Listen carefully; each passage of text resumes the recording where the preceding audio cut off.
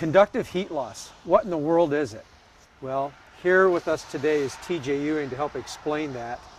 TJ, we've talked earlier about air leaks, but now we have an issue of conductive heat loss. Tell me what that really means. Well, all of our building envelopes have an effective insulation value. Many people have heard of R value with insulation. And so whenever we build a house, from foundation all the way up, there's an effective R value of our construction. And how well that R value is, how high it is, will determine how much heat loss over time is going through the material based on a temperature differential from inside to outside. One of the things we use to test for conductive heat loss areas is a thermal infrared camera. A thermal camera will take surface temperatures of a surface and translate the thermal temperatures into a color image that we can then identify different temperatures. So with the thermal camera, we can look at a wall and determine, is there insulation installed properly? Are we getting a lot of conduction losses just through the framing, which is typically a lower R value than the insulated cavity?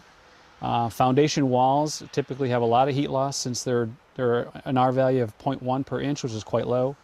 And we're really just trying to find, in existing homes, we can try to find if there's problems, insulation that has maybe fallen inside a cavity or weren't installed in the first place, or in an attic space has shifted.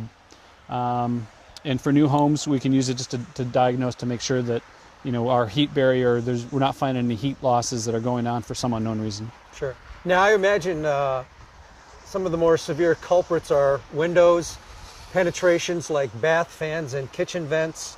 You're going to experience some heat loss through that as well. New construction versus existing homes. If we're doing this for new construction, and obviously here, we can see we're in a northern climate. There's a great differential in temperature from outside to in, so it's easily picked up. Correct. What do we do in our warm, hot climates? Yeah, typically for a really good thermal infrared scan that is done to a standard, typically the ASTM standards, we like to have an 18-degree Fahrenheit temperature differential from inside to outside. It gives us enough temperature differential to be able to determine at least some of the anomalies we may see with an infrared photo or image.